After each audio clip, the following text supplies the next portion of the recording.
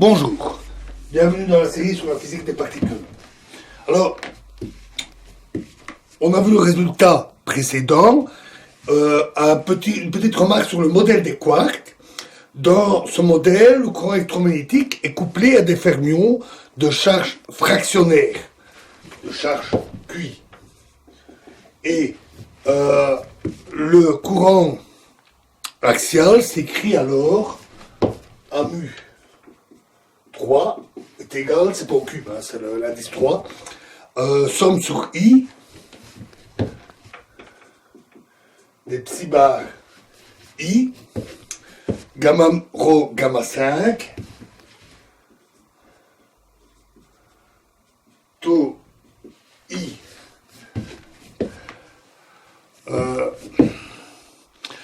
on a taux 3 I demi, psi I, plus la contribution des mésons. L'amplitude T sera alors multipliée par un facteur X égale somme des I fois TI carré, TI3, I fois QI carré. Et pour un triplet de quarks UDS, pour les trois quarks les plus légers, les charges sont QI est égal à 2 tiers, 1 tiers et moins 1 tiers. Et les T3I sont 1, les taux 3I sont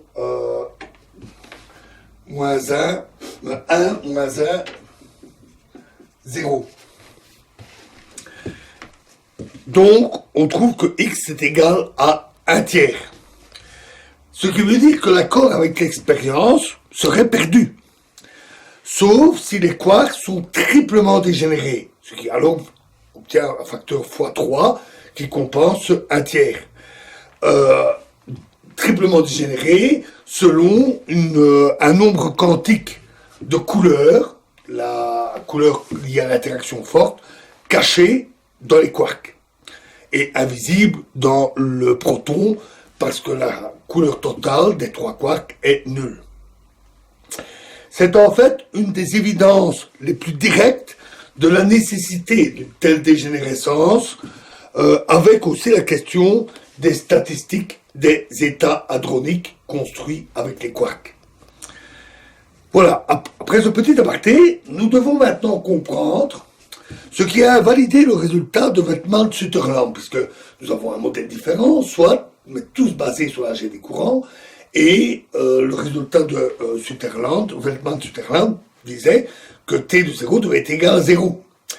Donc, pourquoi pas ici? Alors, dans ce but, calculons l'amplitude T mu nu rho pour la désintégration du P0 que nous avions vu, mais dans le même modèle, le sigma modèle.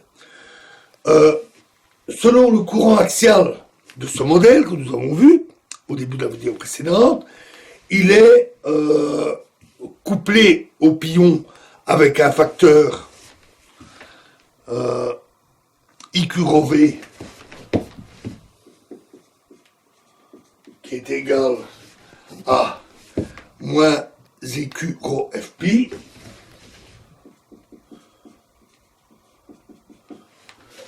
pour le couplage au pion, ou alors couplé directement au proton. Nous avons donc à l'ordre le plus bas T mu nu rho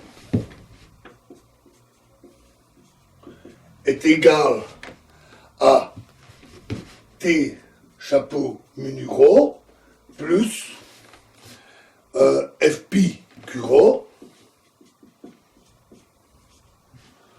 fois 1 sur MP carré moins Q carré fois T mu nu. Alors, pour le couplage direct au proton, on a les deux diagrammes suivants qui contribuent à T mu rho chapeau, c'est-à-dire à rho pour le courant axial, boucle de protons et l'annihilation en deux photons, K1 mu, K2 nu. Exactement la même chose avec K2 nu, K1 mu. Et pour T mu nu, c'est le couplage au pion, et donc on a les deux diagrammes suivants, à rho, un pion, et à nouveau la boucle de protons et les photons, avec les deux diagrammes. L'identité sur le courant axial de Veltman et Sutherland, l'identité qui est mise en question prend la forme ici, mpi carré moins q carré sur fpi carré mpi carré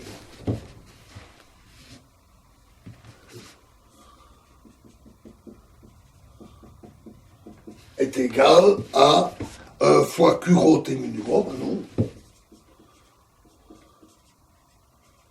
est égal à t mu nu. C'est ce qu'on veut vérifier. On devra obtenir autre chose, puisque le résultat de Veltman-Sutherland est violet. Cette expression peut aussi s'écrire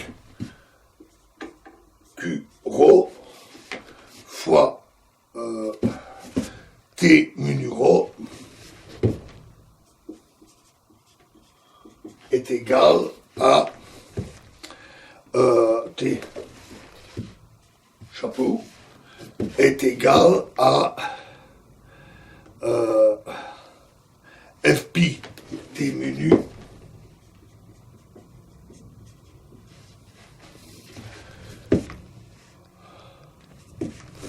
et est égal à ng, à m sur g, m sur g, t mu nu. Bien sûr, au désir assuré que la renormalisation préserve la conservation du courant électromagnétique. Alors, calculons les deux premiers diagrammes. Ici, avec un facteur 1,5 qui vient de notre définition du courant axial. On a donc T mu nu, T chapeau, mu nu rho, à l'autre une boucle, K1, K2, qui est égale à T chapeau, nu, mu, rho, 1, K2, K1, est égal à IE carré demi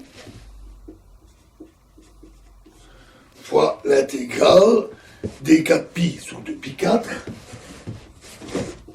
d4p pardon, sur 2pi4, fois la trace de I sur P slash moins M, gamma mu, I sur P slash moins K1 slash moins M, gamma rho, gamma 5, fois I sur P slash moins K2 slash moins M, gamma mu, pardon, fermez la parenthèse. Alors, on veut vérifier ça, donc on va contracter avec Q rho, et on trouve que Q rho fois ça est égal à E carré demi, intégrale D4P sur 2pi4, fois trace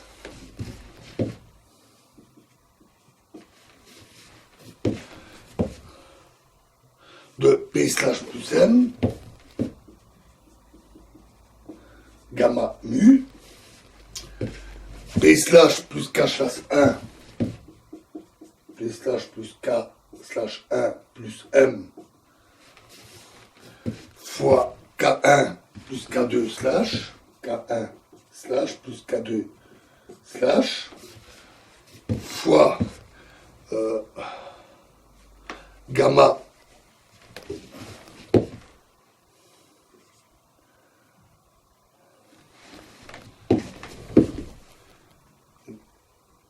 gamma 5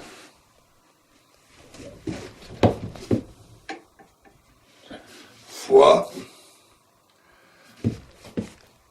P slash moins K1 slash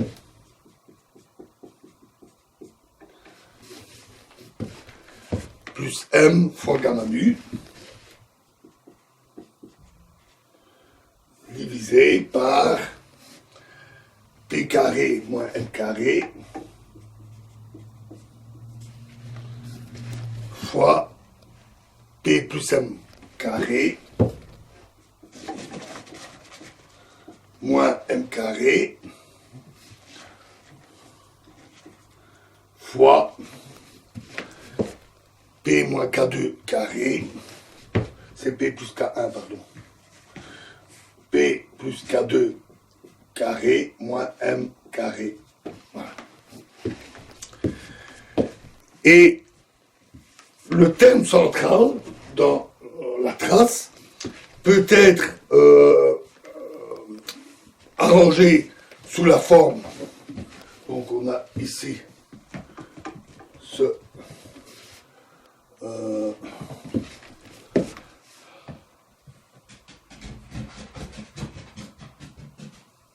oui, ici c'est P slash moins K1.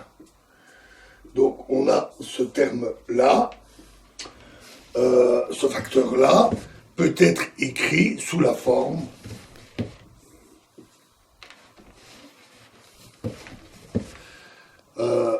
P slash plus K slash 1 plus M,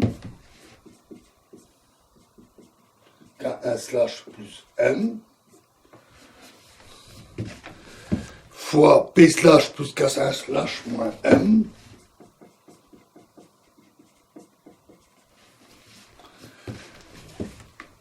plus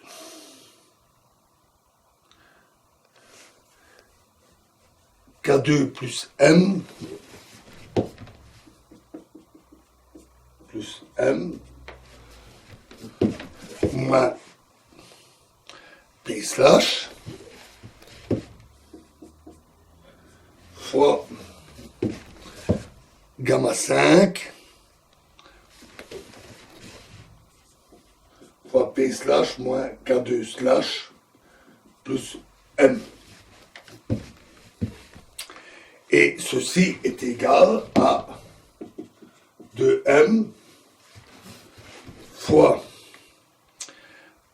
P slash plus K1 slash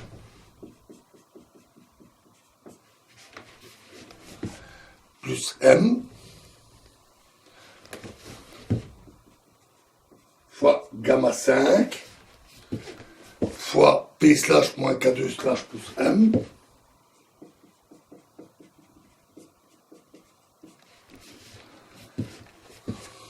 plus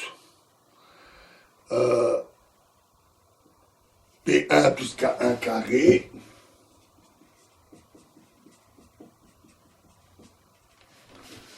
moins M carré fois gamma 5 fois P slash moins K2 slash plus M, P slash moins K2 slash plus M, plus P slash plus K1 slash plus M,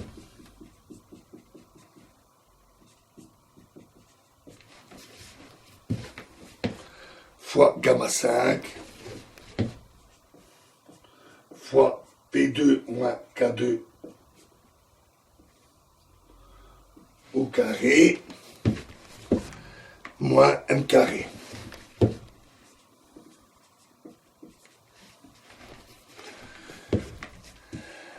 Et donc, notre expression ici contracté avec Q rho, devient égal à M sur G, T mu nu 1, K1, K2, plus E carré demi, intégrale D4P sur 2π4,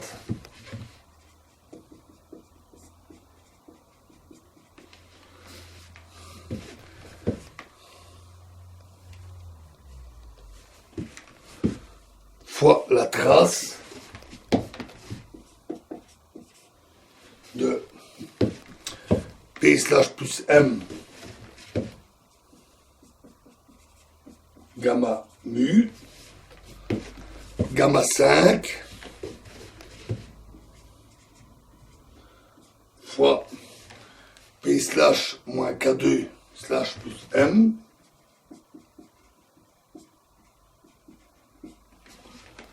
fois gamma nu divisé par P carré moins M carré fois P moins K2 carré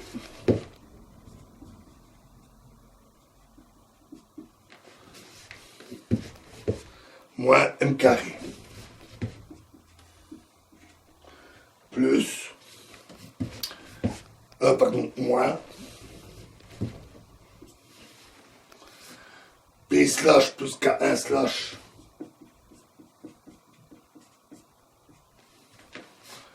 plus M gamma nu fois gamma 5 fois P slash plus M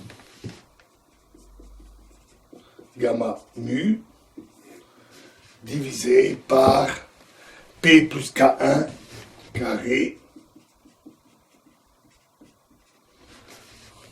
moins M carré fois P carré moins M carré. Alors le premier terme, c'est l'amplitude T mu qui vient de la désintégration du π0 qu'on avait vu et qui donc respecte le résultat de Riemann-Sutherland. Donc la validité de ce résultat, c'est-à-dire la validité de la relation ici, est conditionnée au fait que l'intégrale restante s'annule. Alors on verra dans la prochaine vidéo, on étudiera ça et on verra que, a priori, elle devrait s'annuler, mais que la renormalisation pointe le bout de son nez. Je vous remercie.